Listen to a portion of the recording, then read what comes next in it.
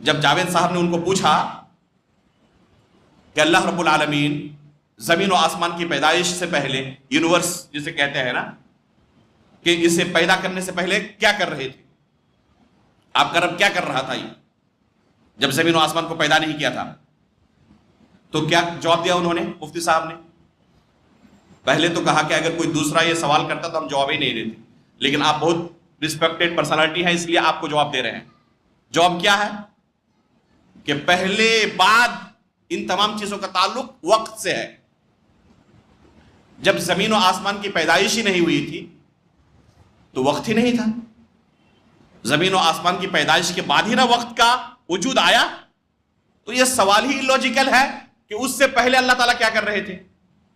بہت سارے لوگوں نے تالی پیٹی، آپ نے بھی ہو سکتا ہے کہ تالی پیٹی ہو کہ ماشاءاللہ کیا شاندار عقلی جواب دیا کہ اس سے پہلے اللہ تعالیٰ کیا کر رہے تھے، سوال ہی پیدا نہیں ہوتا، سوال ہی لاجیکل ہے، کیونکہ زمین و آسمان کی پیدائش کے بعد ہی نہ وقت کا وجود ہوا، جب تھا ہی نہیں تو اس سے پہلے سوال ہی نہیں آتا۔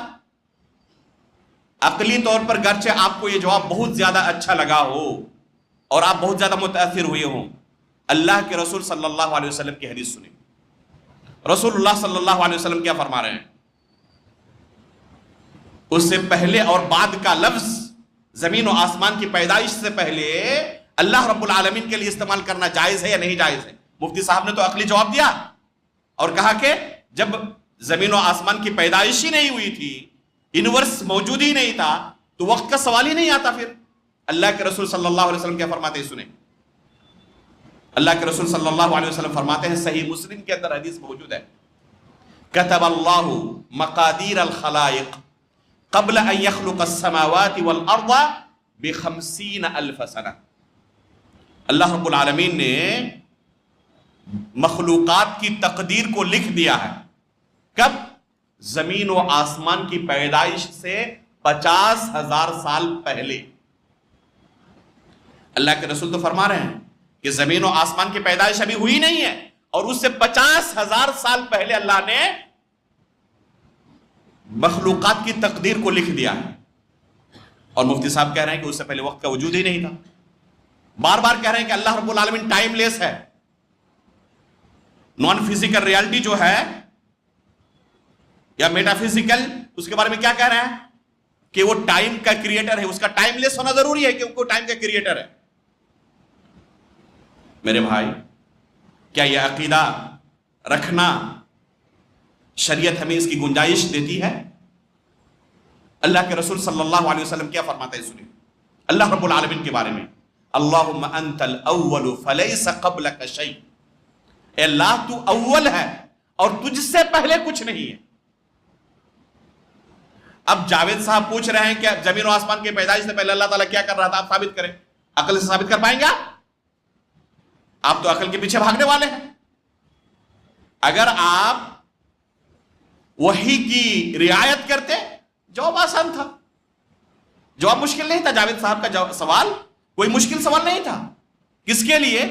جو وحی کی اتباع کرنے والا ہے، وحی کے پیچھے چلنے والا ہے، عقل کو سب کچھ نہیں سمجھنے والا ہے۔ جواب اس کے لیے آسان ہے۔ قرآن میں اللہ رب العالمین نے خود جواب دیا ہے، وَيَخْلُقُ مَا لَا تَعْلَمُونَ۔ اللہ رب العالمین نے ایسی ایسی مخلوقات پیدا کی ہے جن کا تمہیں کوئی علم ہی نہیں ہے، تو ضروری ہے کہ ہمیں ہر مخلوق کے بارے میں علم رہے۔ اہل سنت والجماعت کے عقائد میں سے ایک عقیدہ ہے کہ اللہ رب العالمین کی صفات جو ہے ازلی ہے، ازل سے اللہ رب العالمین موجود ہے اور اس کی صفات ازلی ہے۔ متکلمین کا عقیدہ ہے کہ اللہ رب العالمین خالق کب ہوا؟ مخلوقات کو پیدا کرنے کے بعد، اس سے پہلے خالق نہیں تھی۔ نعوذ باللہ من ذالک۔ تو ظاہر سی بات ہے کہ آپ علم کلام کو پڑھیں گے اور اس کی اتباع کریں گے اور کتاب و سنت کی اتباع نہیں کریں گے، سلف صالحین کی منہج کی اتباع نہیں کریں گے، تو اسی طرح کے باطل عقائد کا آپ کو سہارا لینا پڑے گا، اور بہت ساری جگہوں پر پھنسیں گے تو وہاں پر عقل کا سہارا لے کر اسے چپ کرانے کی کوشش کریں گے، چاہے اس عقل کا سہارا لینے کی وجہ سے کتاب و سنت کے نصوص کی دھجی اڑانے کی بھی ضرورت پڑے، کوئی فرق نہیں پڑتا اس وقت۔ یہ جواب تو بڑا عقلی طور پر اچھا لگا، لیکن اللہ کے رسول کی حدیث کے سامنے اس عقل کی کوئی حیثیت ہے؟ عقلی طور پر تو ہمیں بہت اچھا لگا کہ زمین و آسمان کی پیدائش کے بعد ہی وقت کا وجود ہوا، اس لیے اس سے پہلے اللہ کیا کر رہا تھا یہ سوال ہی پیدا نہیں ہوتا. اور اللہ کے رسول فرما رہے ہیں کہ زمین و آسمان کی پیدائش سے 50,000 سال پہلے اللہ رب العالمین نے مخلوقات کی تقدیر کو لکھ لیا ہے. کتنی مخلوقات اللہ نے پیدا کی ہے اللہ تعالیٰ بہتر جانتا. اس لیے اللہ رب العالمین کے بارے میں ہم کیا کچھ کہہ سکتے ہیں؟ صرف وہ کہہ سکتے ہیں جو اللہ تعالیٰ نے اپنے بارے میں خبر دی ہے یا اس کے رسول نے اس کے بارے میں خبر دی ہے. اور ان نصوص کو سلف صالحین نے جس طریقے سے سمجھا ہے بس اسی طریقے سے ان کی ہم تفسیر کر سکتے ہیں، اپنی طرف سے منمانی تفسیر بھی نہیں کر سکتے.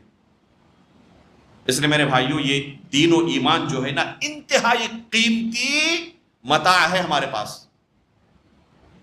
اگر ہر ایک کو ہم سننا شروع کریں اور خصوصاً ایسے لوگوں کو جو عقل کے پیچھے بھاگنے والے ہیں، عقلی دلائل سے متاثر کرنے والے ہیں اور جن کے عقید و منہج کے بارے میں ہم مطمئن نہ ہوں، تو یہ سلف صالحین کا طریقہ نہیں ہے کہ ان کے پیچھے ہم بھاگیں اور ان کی باتوں کو سنیں اور محظوظ ہوں اور ان کے عقلی دلائل پر ہم تالی پیٹیں.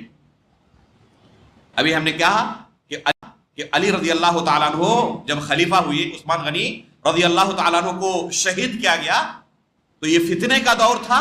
صحابہ کرام نے اور تابعین نے کیا منہج اپنایا اس وقت؟ فلما وقعت الفتنہ قالوا سموا لنا رجالکم فینظر الی اہل السنہ فیؤخذ حدیثہ وینظر الی اہل البدعہ فلا یؤخذ حدیثہ. عثمان غنی رضی اللہ تعالیٰ عنہ کی شہادت کے بعد فتنوں کا دور جو اب شروع ہوا تو صحابہ کرام کا تابعین کا یہ منہج تھا. ہمیں بھی چاہیے کہ ہم بھی ان فتنوں سے اسی طرح لڑیں اور ان فتنوں سے اسی طرح دور رہنے کی کوشش کریں جو صحابہ کرام اور تابعین نے کوشش کی تھی. جو ان کا منہج تھا اسی منہج پر چلتے ہوئے ہی ہم اپنے دین و ایمان کی حفاظت کر سکتے ہیں.